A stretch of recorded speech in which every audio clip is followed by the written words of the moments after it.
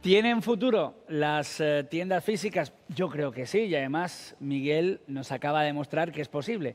Con este caso de éxito, esta tienda que inspira, que se llama Glue Shop, que la tenemos en el centro de Murcia. Además, y vamos a hablar de eso hoy aquí en Murcia Soft Forum, de si tienen futuro las tiendas físicas, y les vamos a presentar a los protagonistas. Así que entren, por favor, que ahí les estoy viendo. Agustín Rovira, ¿qué tal? ¿Cómo estás? ¿Qué tal? Encantado, gracias. Presentar a Agustín, que es especialista en retail. Él es economista y consultor multidisciplinar, una extensa trayectoria profesional desarrollada en gran parte en las cámaras de comercio. Ha creado y ha gestionado proyectos dirigidos a la transformación, la innovación, la competitividad dentro del sector del comercio. Bueno, es un docente en marketing, en calidad de servicio y distribución comercial también en la Universidad de Valencia. Tenemos también a David Nogué. David, ¿qué tal? Hola, buenos días. Bueno, por ahí le están viendo. Él es arquitecto y emprendedor. Fundó en 2007 Planol.info, una empresa centrada en desarrollar soluciones GeoWeb y GeoMobile. Esta firma se consolida, también se implanta internacionalmente y dio un paso más allá en su carrera en 2011 en Eixos, un observatorio económico digital que ofrece información a los agentes económicos que operan en el territorio. Y bueno, si les digo los premios que ha conseguido, no tenemos foro. Y tenemos también con nosotros, que le vamos a presentar, a Ricardo Rustarazo. Ricardo, ¿qué tal? Hola, buenos días, muy bien. Espero que todo siga bien. Gracias. Todo está bien por aquí, por Murcia. Os echamos de menos, pero mira, también tiene esto, el momento que estamos viviendo, que podemos estar conectados de una forma muy fácil. Él es socio fundador de la consultora Retail and Trade Marketing, especializados en consultoría de marketing en el ámbito de la distribución comercial, la gestión del portfolio de ubicaciones de comercio detallista, servicio, restauración, muchas cosas. Y además también desde 1990, o sea, desde ayer, está asesorando al Club Retail Iberia, que es un grupo con más de 40 cadenas de distribución detallista. Y muchas más cosas. Pero yo voy a empezar a que ustedes les conozcan y les vamos a preguntar. Agustín, empiezo en este caso contigo, y desde tu experiencia como observador privilegiado de todo esto, de la evolución del comercio urbano, unas pinceladas muy generales, eso sí, ¿no? Pero de los hitos que podemos destacar en los últimos 25 años, vamos a ponerle. Bueno, por hacerlo, porque claro, no es una lección de historia, pero yo creo que para que los que nos escuchen es interesante saber que cuando se habla de la distribución moderna, se hablaba de la modernización del comercio, siempre se asociaba a una fórmula, a un modelo de comercio que era el autoservicio, el libre servicio. La palabra es muy chula, ¿no? Libre servicio, ¿no? Libertad del usuario. Eso empieza en España a principios de los 60. En Barcelona el primer supermercado se abre en el 59. Luego viene la oleada de, bueno, tenemos supermercados, pues luego modelos de negocio que eran más grandes, pero de libre servicio. Los hipermercados, que llegan a España en los 70 y se van ampliando. Después llega la fórmula del centro comercial, que en los 80 y en los 90 es el boom de los centros comerciales. Es decir, todo reunido en un mismo lugar, que ya lo habían ensayado los grandes almacenes con venga usted a comprar todo bajo un mismo techo. Bueno, vamos dando saltos y todo eso es lo que al comercio urbano tradicional, pequeña tienda, en el centro de ciudad, en las calles de las ciudades, le ha supuesto una competencia, ¿no? En el sentido de, antes todo el comercio era pequeño comercio en las ciudades, en los ejes y en las calles comerciales de las ciudades, y todas estas fórmulas comerciales han venido para quedarse, han ido creciendo y han ido comiéndose parte del pastel. Hoy, la última incidencia es el comercio electrónico, comercio online, que está en este momento pues creciendo, y que además hay que recordar que desde el 14 de marzo del año pasado hemos vivido por primera vez la experiencia de comercios cerrados, todos cerrados en todas las ciudades, menos el comercio esencial. Entonces, este panorama ha hecho que el comercio electrónico se haya acelerado, y hoy el comercio electrónico sigue siendo todavía un porcentaje pequeño del total de los negocios, pero está creciendo, ha crecido durante la pandemia, seguirá creciendo, y podríamos decir que ese es el modelo comercial el hito final, ¿no? ¿Cuál será el futuro? Que es de lo que vamos a hablar en esta mesa. Pues seguramente seguirá creciendo el comercio online y vamos a asistir a la aparición de muchos otros modelos de negocio que imagino que en el coloquio y en el debate pues van a surgir. Pues enseguida te lo estaremos preguntando aquí también cuando abramos pues ya también ese debate entre todos. David, en Eixos trabajáis con datos de manera permanente, pero ¿qué datos son los que aportan mayor información en ese análisis de la evolución de los centros urbanos comerciales? O sea, ¿qué indicador también nos puede revelar una cosa u otra? O si estamos en un camino sin retorno o no. ¿Cuál es este escenario actual? Bueno, nosotros en Eixos, cuando estalló la pandemia y justo a mediados de marzo del 2020, nos pusimos a trabajar en un modelo para intentar visualizar y anticipar qué podía pasar con todos los comercios cerrados durante un tiempo que entonces todavía no sabíamos cuánto sería, y con las restricciones que ya veíamos que se estaban aplicando. Entonces, a partir de este modelo, lo que hicimos fue analizar, pues, para cada una de las categorías comerciales, ver qué riesgos había y, sobre todo, qué impacto tenían estos riesgos o cuán elevados eran estos riesgos para cada una de las categorías. En ese momento ya anticipamos una cosa que ahora es muy obvia y todo el mundo la ve, pero que en aquel momento tal vez no lo era tanto, que vimos que la restauración y la hostelería copaban básicamente los mayores índices de riesgo en todas las categorías que analizamos. Por ejemplo, no eran esenciales, por lo tanto tuvieron que cerrar durante meses. Luego mirábamos también si había más contacto entre los usuarios de los negocios y, por lo tanto, más riesgo de contagio durante el desempeño de la actividad, que lo había, ¿no? Porque estás más tiempo en el restaurante y tienes una exposición que, como se ha visto, pues propicia más contagios. También analizamos, por ejemplo, el índice de el número de trabajadores por cada 100 metros cuadrados de establecimiento, que es un ratio que hemos establecido en Eixos y que lo venimos trabajando y nos funciona muy bien. Y vimos que, claro, la hostelería, restaurante tiene aproximadamente 6 trabajadores por cada 100 metros cuadrados de establecimiento, mientras que un concesionario tiene solo 2, con lo cual tienes también un riesgo mayor financiero por el lado del ERTE, ¿no? Del ERTE. O sea, si hay una crisis financiera de facturación, tienes más bocas que alimentar. En definitiva, lo que fuimos fue analizando todos estos riesgos. Este modelo nos ha permitido hacer seguimiento. Ahora estamos captando datos para ver cómo han ido las cosas a posteriori, ¿no? Pasada ya la pandemia o lo gordo de la pandemia. Lo que hemos visto es, y hemos comprobado y certificado con datos, es que el impacto mayor se lo ha llevado las zonas paradójicamente más pujantes, ¿no? A nivel económico, comercial, antes de la pandemia, que eran las zonas con más atracción comercial, donde no solamente los residentes, sino que mucha gente que no era residente, turistas, pero también gente que trabajaba en el centro de las ciudades, etcétera, dejó de desplazarse por motivo de la pandemia. Y entonces estas zonas han sido las más impactadas.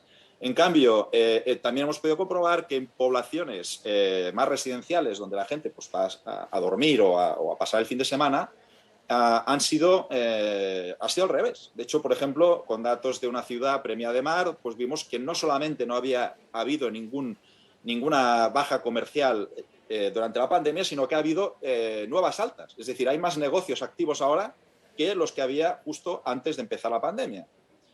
Esto es atribuible pues, a que mucha gente vive en Premià de Mar y alrededores, los municipios de alrededor, y ha hecho teletrabajo, y entonces han ido a comprar por proximidad a la zona más cerca de su casa, que coincidía que era Premià. Por lo tanto, se ha revitalizado el comercio de Premià. La pregunta sería, ¿esto se va a mantener cuando la cosa vuelva a la normalidad? Ya lo veremos. En cualquier caso, respecto a la pregunta general de si el futuro, si la tienda física tiene futuro, yo diría que sí. Ha habido voces apocalípticas que más interesadamente que objetivamente intentan cargarse el retail desde hace mucho tiempo y no lo han conseguido. El retail está muy vivo. Ahora, con datos que tenemos, por ejemplo, recientes de haber mapeado ciudades valencianas, hemos visto que hay una vida comercial muy potente, muy distribuida. Hemos conseguido mapear más de 100.000 establecimientos en todo el país valenciano. Y esto quiere decir que, a ver, claro que habrá habido sufrimiento, claro que habrá habido cierres, pero también hemos podido comprobar que la rotación comercial no se ha parado. Es decir, que han seguido abriendo nuevos negocios y, por lo tanto, esto es señal de vitalidad económica y es buena señal.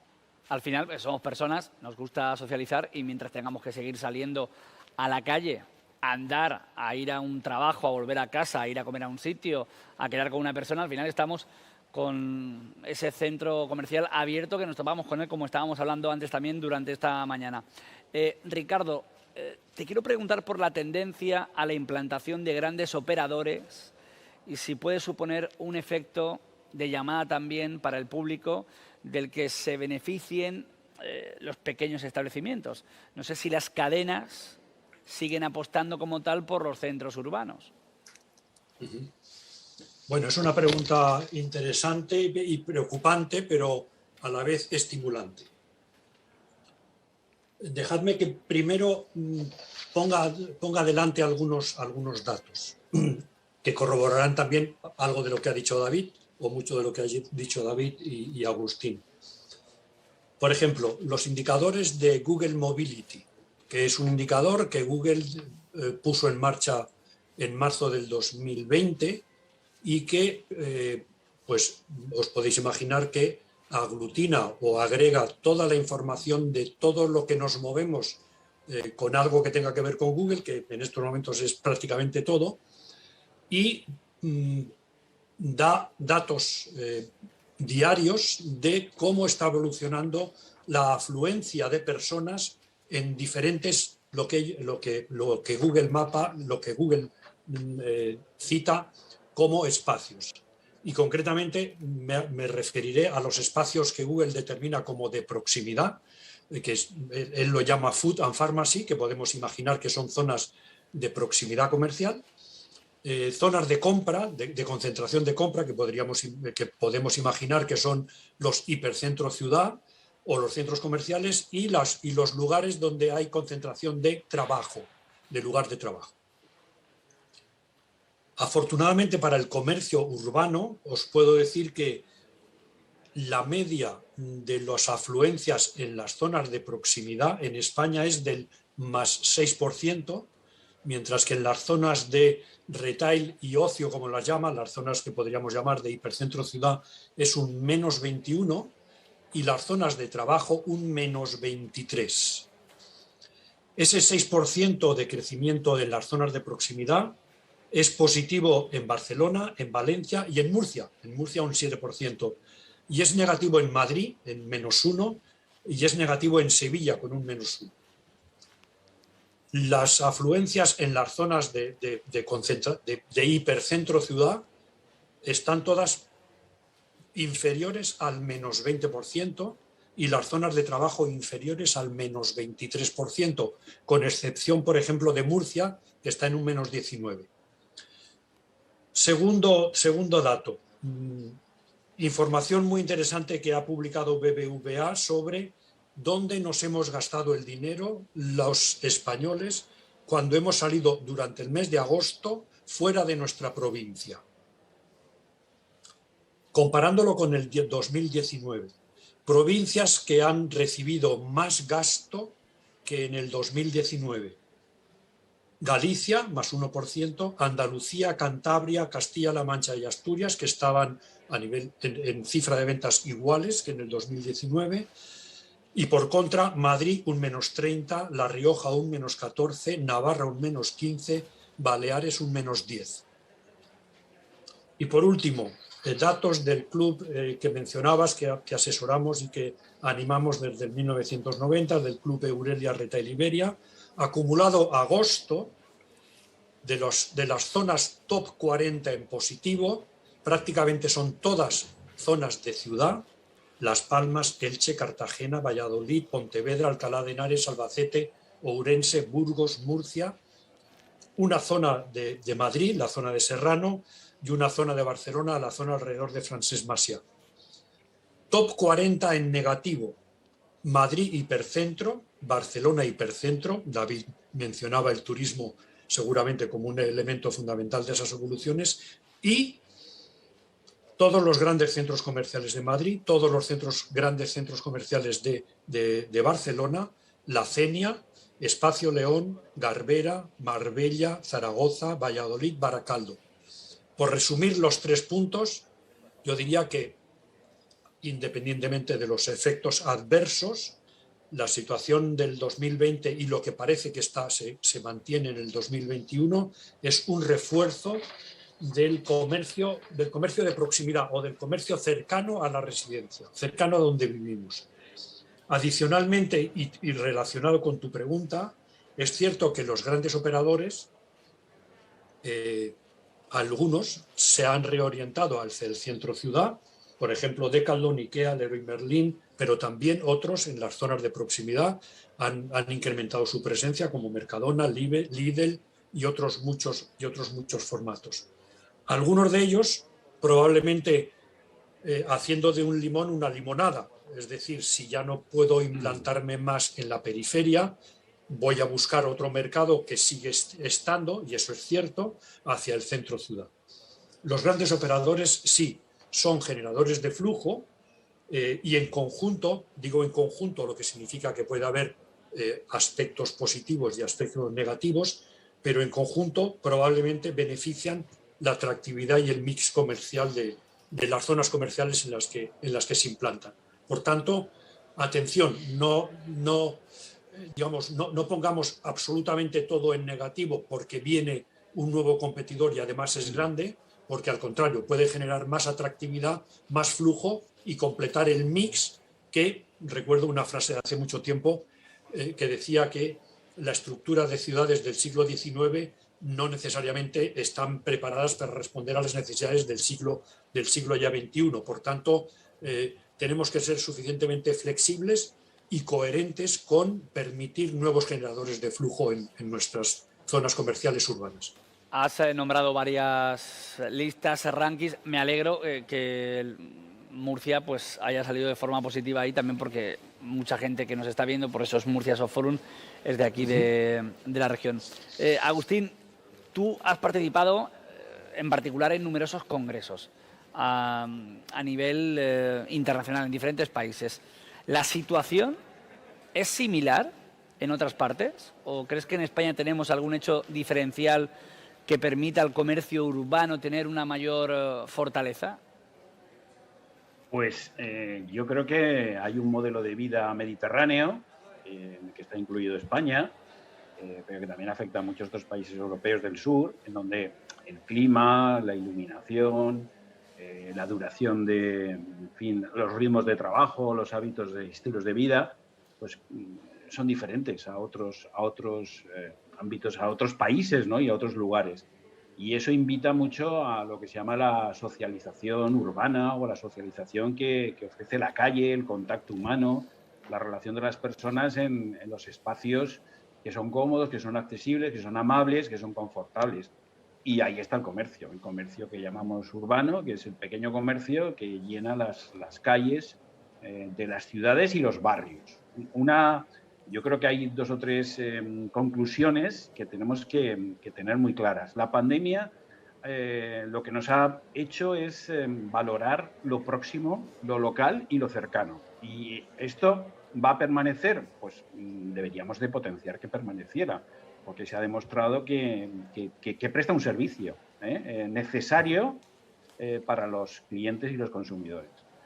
Cuando se habla del futuro del comercio, siempre nos centramos en aquellos modelos de negocio que pueden ser rentables, que responden a las estrategias de expansión de las empresas. Ricardo lo conoce esto muy bien.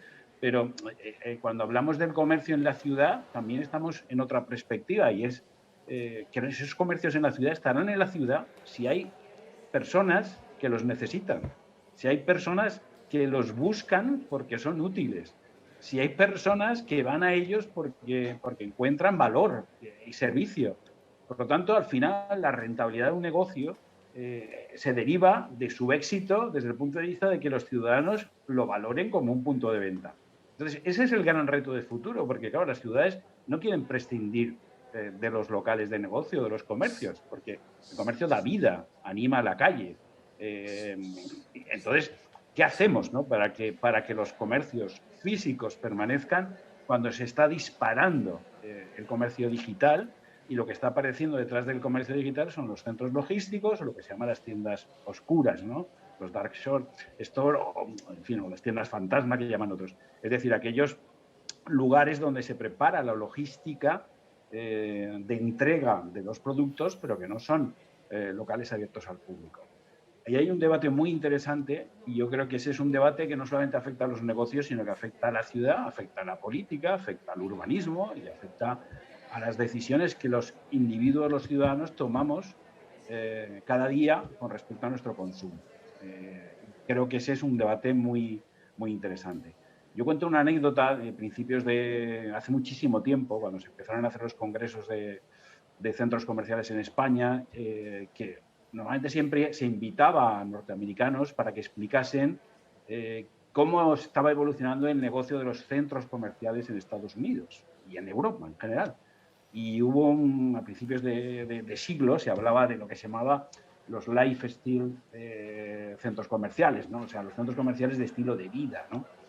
Y entonces hubo un directivo norteamericano que vino a un congreso que fue en Sevilla, y antes de hacer su ponencia, pues se dio una vuelta por Sevilla y claro, vio lo que estaba ahí ocurriendo, o sea, lo que pasaba en Sevilla, toda la gente en la calle, en las terrazas, en fin, pues eso, ocupando el espacio público, comiendo, comprando, paseando, relacionándose. Claro, al día siguiente cambió su ponencia y empezó diciendo que, bueno, que había venido a explicar algo que nosotros ya sabíamos desde hacía muchos siglos, ¿no? Que lo que ellos construían con apariencia de viejo, aun siendo modernos, nosotros lo teníamos de forma auténtica en las ciudades. Entonces, ese modelo que los centros comerciales quisieron imitar, que era la vida urbana, la vida de la ciudad, es lo que yo creo que tenemos que preservar y cuidar, porque eso forma parte de nuestra identidad, forma parte de nuestra vida. Pero también es verdad que si las jóvenes generaciones, los nuevos ciudadanos, pues se decantan por otras formas de comprar o por otras formas de relacionarse, el problema no lo va a tener el comercio, lo vamos a tener como sociedad. Y ese es el gran debate que yo creo que está abierto de cara al futuro. Sí, de hecho, sí, lo decía yo antes, si la forma de relacionarnos va a ser la misma, pues al final, pues esto tiene una larguísima vida. David, claro, cuando hablamos con un consumidor, a la hora de comprar en un centro comercial o en Internet, nos dice que su percepción es que en estos lugares hay de todo y que van a encontrar seguro lo que están buscando. No sé si piensas que una especialización por zonas o al menos una mayor concentración de actividades contribuiría también a consolidar los entornos urbanos, ¿no? Como esos facilitadores de soluciones al consumidor, ¿no? Y bueno, y luego también de cara al emprendedor, pues qué indicadores son importantes a la hora de elegir dónde implantar nuestro negocio. Sí, sin duda hay un tramo de conocimiento que es el que puede aportar el retailer. Retail viene de la palabra catalana retail, o retail en francés, o sea, recorte, que es cortar. Esto es lo que hace el retailer al final, ¿no? Sirve de una manera que es imposible encontrarla vía online o, por ejemplo, cuando vas incluso a un supermercado grande, ¿no? Que no te atiende nadie o que la persona que te atiende no sabe de aquello específicamente que tú le estás preguntando. No tiene nociones porque ahora estás en perfumería y la semana pasada esa misma persona está vendiendo camisas, ¿no? Entonces, nosotros en Eixos lo que venimos trabajando es la detección, en primer lugar, de estas concentraciones con cierto grado de especialización, que les llamamos clusters, que también es una palabra que también viene del Mediterráneo, por claustro, ¿no? Un clúster es un claustro, es un lugar de reunión y de conocimiento y de intercambio. Entonces, estos espacios geográficamente muy acotados son muy interesantes porque promueven dinámicas que son muy positivas en el comercio y que luego se repercuten favorablemente en el comprador, ¿no? en el usuario. Por ejemplo, un ejemplo muy claro de clúster sería un mercado municipal. Tú vas a un mercado municipal y cuando si vas a la tienda que vende la ternera y la vaca y los entrecots, le preguntas si tiene cerdo, te va a decir que el cerdo está en la charcutería y puedes encontrar la charcutería al fondo del pasillo, ¿no? O el de la charcutería te va a decir que el pollo lo vende en la tienda de ave. Entonces, estas recomendaciones entre especialistas es uno de los síntomas de que un clúster funciona. Entonces, luego, por ejemplo, también está el tema de la concentración en el espacio, ¿no? La diversificación en un espacio reducido. Nosotros, haciendo cálculos, vemos que, por ejemplo, en ciudades donde hay mucho comercio, como Valencia o Barcelona, encuentras densidades superiores a los 800 establecimientos por kilómetro cuadrado. En Barcelona incluso hay amplias zonas donde tienes más de 1.000 establecimientos por kilómetro cuadrado. Para que nos hagamos una idea, si esto es mucho poco, en Manhattan, que es el centro del universo, del retail, ¿no? Pues tienen 700 tiendas por kilómetro cuadrado. En el mercado de la boquería, estamos haciendo un estudio ahora, y la densidad es tal que si mirásemos, si se mantuviese durante 1 kilómetro cuadrado, ¿sabéis cuántas tiendas saldrían? Pues casi 40.000. Es decir, es una barbaridad. Entonces, el clúster es lo que atrae al usuario porque tiene todo aquello que se dice que es bueno en la experiencia del retail, ¿no? Intensidad, cercanía, especialistas que te ayuden a resolver las dudas que tienes para efectuar una compra comparada y acabar decidiendo bien y satisfactoriamente. Y entonces esto hay que potenciarlo. Y como decía Agustín, esto ya lo tenemos en las ciudades mediterráneas. O sea, es difícil encontrar una ciudad mediterránea que no tenga un mercado municipal. Todas tienen mercados municipales y más de uno. Entonces, esto para empezar. Luego tienes ejes comerciales muy potentes. Cada vez que analizamos pues, ciudades mediterráneas encontramos que los ejes comerciales están en todas partes y están muy bien distribuidos. Y hay una cosa muy importante que también tiene la ciudad mediterránea y que no habría que perder y que es la esencia y es lo que busca justamente el que monta un mall en Estados Unidos para atraer a la gente, que es que hay usos combinados, es decir, la gente ya vive allí en la zona de compra, es decir, no la tienes que traer de fuera, sino que la tienes allí ya, ¿no? Entonces esta inmediatez genera pues una necesidad y una vivencia que es muy difícil de romper. Yo creo que incluso aunque puedas hacer compras online, al final, por mucho que las hagas con el móvil, hay muchos artículos que si los tienes cerca de casa y si vas andando un día soleado tranquilamente y vas por la calle y los vas viendo, te animas a comprarlos también. O sea, entonces, creo que este modelo, a ver, hay que preservarlo y nosotros estamos trabajando en eso, identificando, como digo, los clústeres,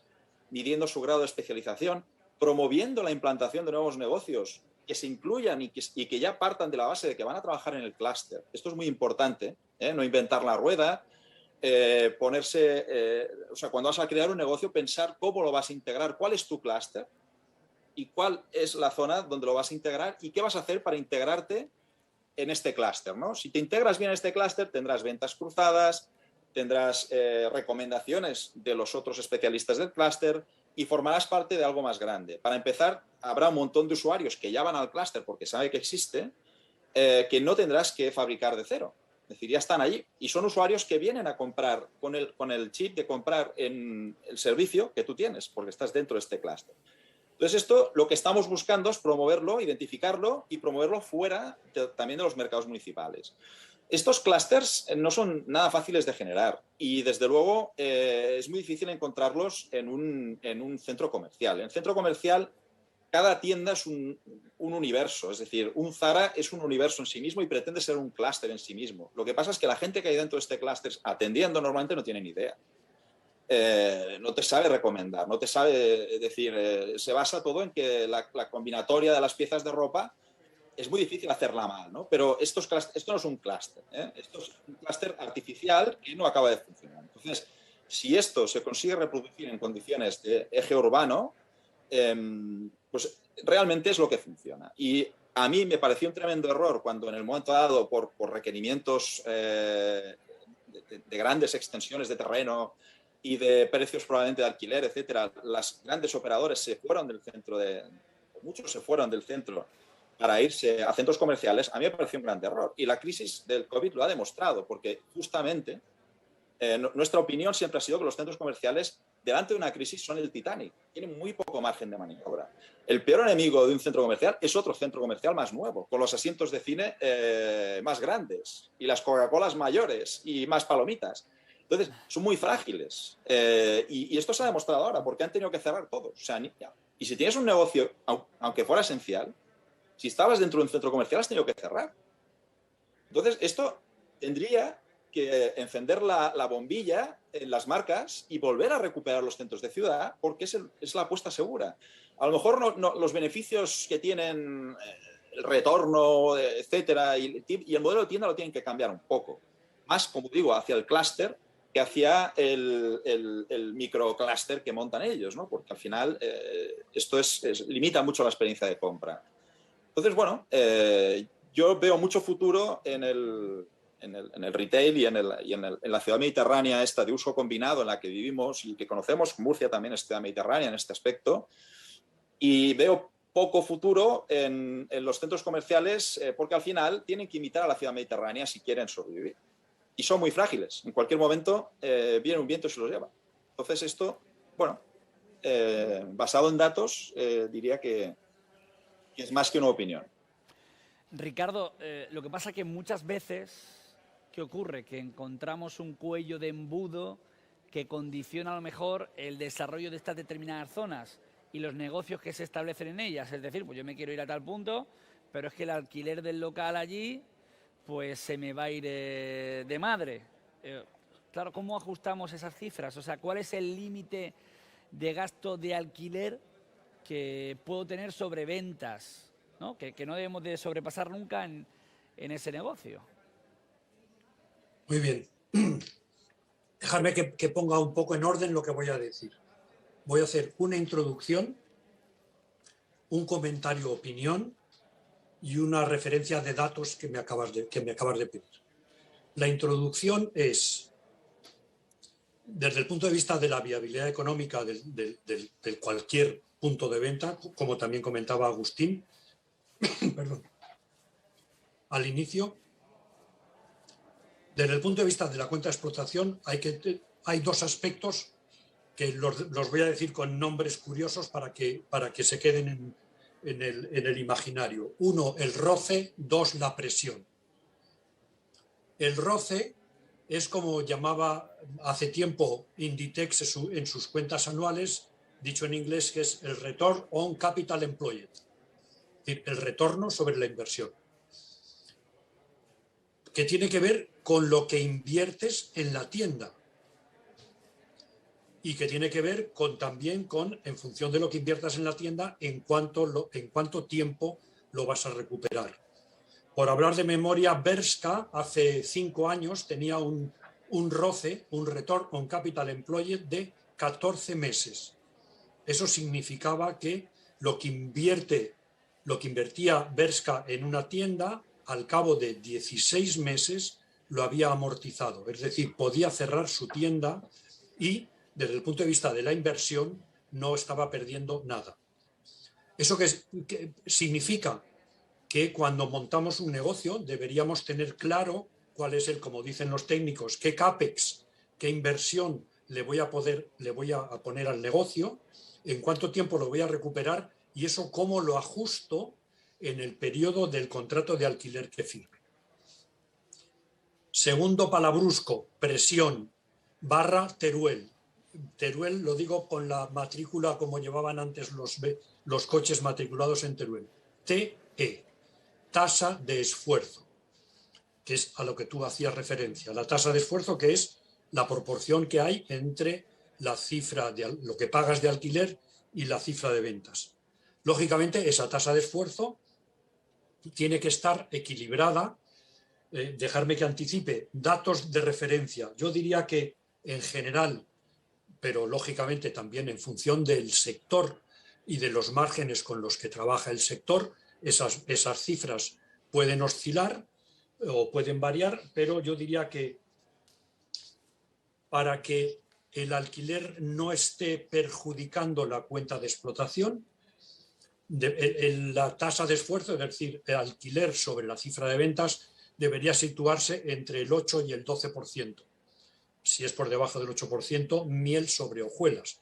Pero ese sería el rango en el que la cuenta de explotación no sufre por los alquileres. Hay un rango en el que, dejadme que lo diga visualmente, a la cuenta de explotación el agua te llega a la boca, que sería entre el 14 y el 18%. En el que, dependiendo de tu estructura de costes y tu estructura de márgenes, etcétera, etcétera, pues puedes estar o no perdiendo nada o perdiendo un poco. Y después hay un nivel en el que el agua te sobrepasa la boca, incluso te llega a la nariz y no te deja respirar. Es decir, la cuenta de explotación aparece francamente en negativo y muy negativo, que son tasas de esfuerzo entre el 22 y el 25%, o incluso el 30%. En esos casos tienes que tener una cuenta de explotación con un margen, con una estructura de costes muy, muy saneada y con márgenes elevadísimos para poder soportar. Pensar, por ejemplo, en los 3,5 euros o los 5 euros por una Coca-Cola en el aeropuerto en un terminal de aeropuerto internacional, que pagan una tasa de esfuerzo del 30%. Solo es resistible si trabajas con unos márgenes que dupliquen o tripliquen el habitual de una Coca-Cola en un supermercado o en un restaurante. Un comentario a tu pregunta.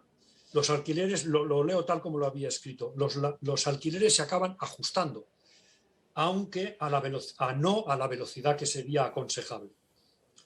Eso es consecuencia de que algunos propietarios, no todos, y a veces excesivamente rígidos, prefieren tener el local vacante o vacío antes de aceptar un nivel de alquiler que consideran bajo, aunque no se corresponde con el nivel de mercado.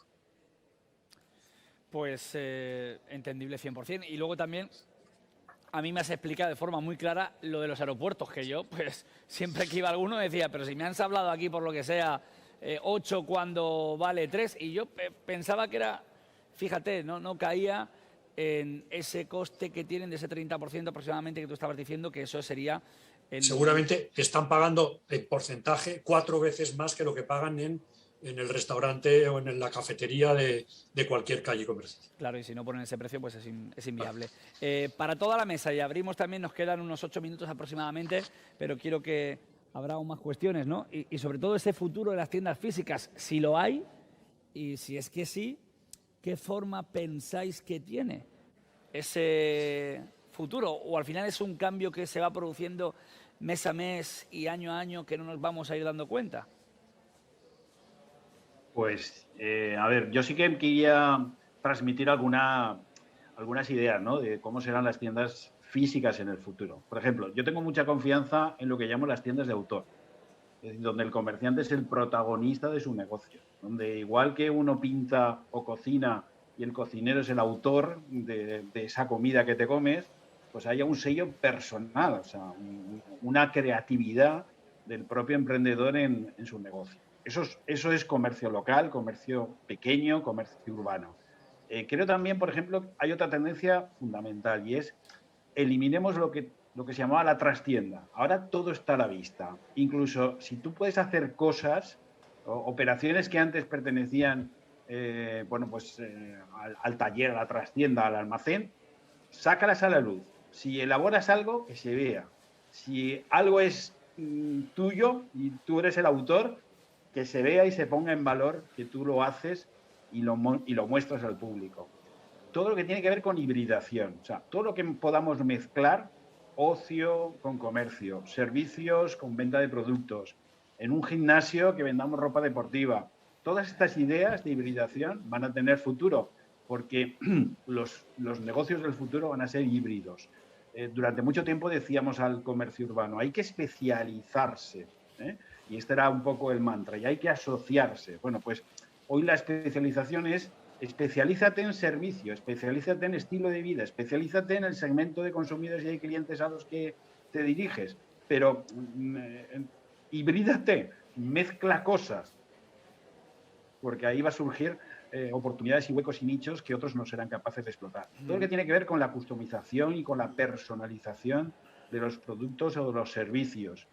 el futuro será la impresión 3D. O sea, habrá muchas cosas que en las tiendas se podrán hacer a medida y en el momento, ¿no? a los propios clientes. Hay muchas cosas más, ¿no? Pero hay otro reto que no me gustaría dejar de decir.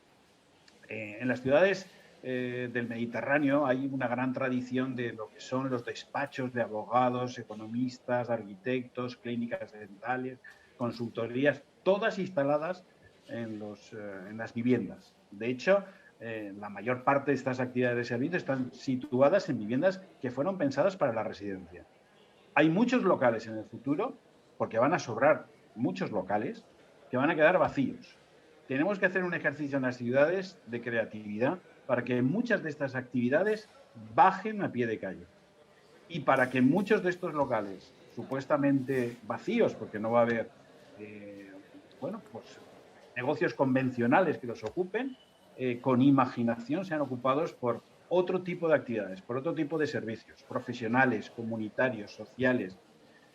Yo creo que lo que vamos a ver en las calles en el futuro va a ser tal vez menos comercio como lo hemos visto hasta ahora, pero muchas más actividades y negocios relacionados con los servicios y con la hibridación, con la personalización que estamos comentando.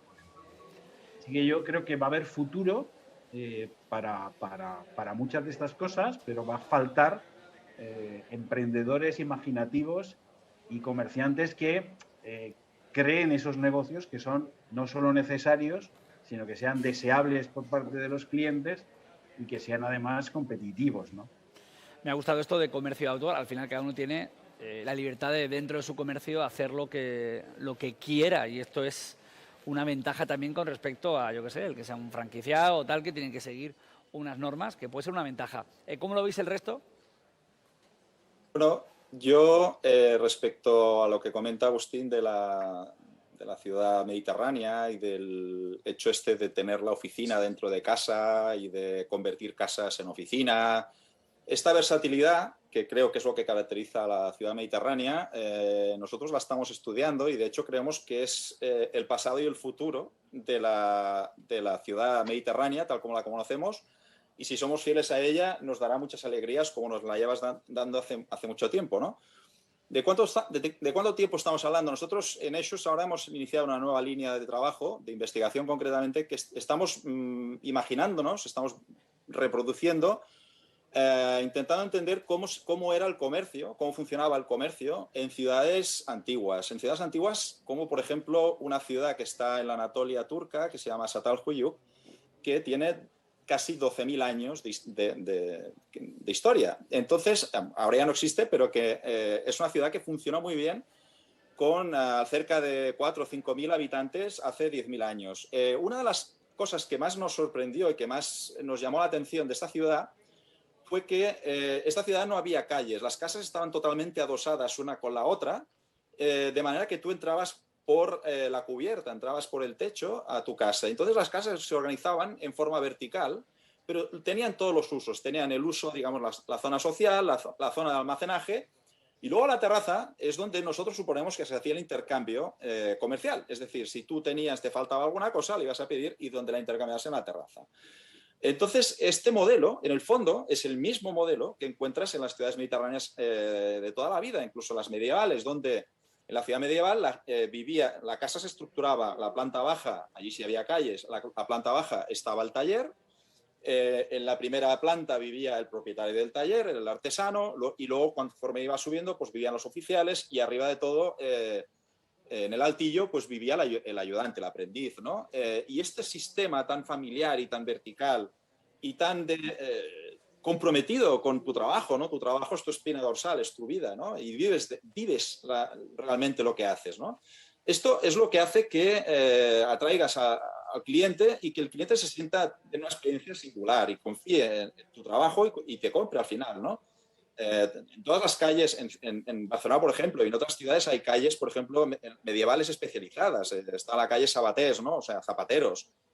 La calle Butallers, la calle donde se hacían las botellas. Es decir, esto es algo que viene de muy lejos y tiene una razón de ser. Y yo creo que esta razón de ser sigue existiendo.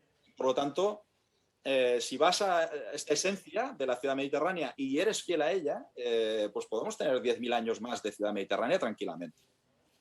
Aquí tenemos, por ejemplo, la calle Trapería, Platería, Jabonerías, al final esos oficios. Ricardo, Agustín, David, no tenemos tiempo para más, es muy interesante, pero nos hemos comido todo el tiempo de la mesa y tenemos que continuar con el resto de contenidos. Os doy las gracias por haber formado parte de Murcia Soft Forum 2021. Gracias. Muchas gracias. Un placer. Un saludo. Un abrazo. Y yo voy al siguiente protagonista y siguiente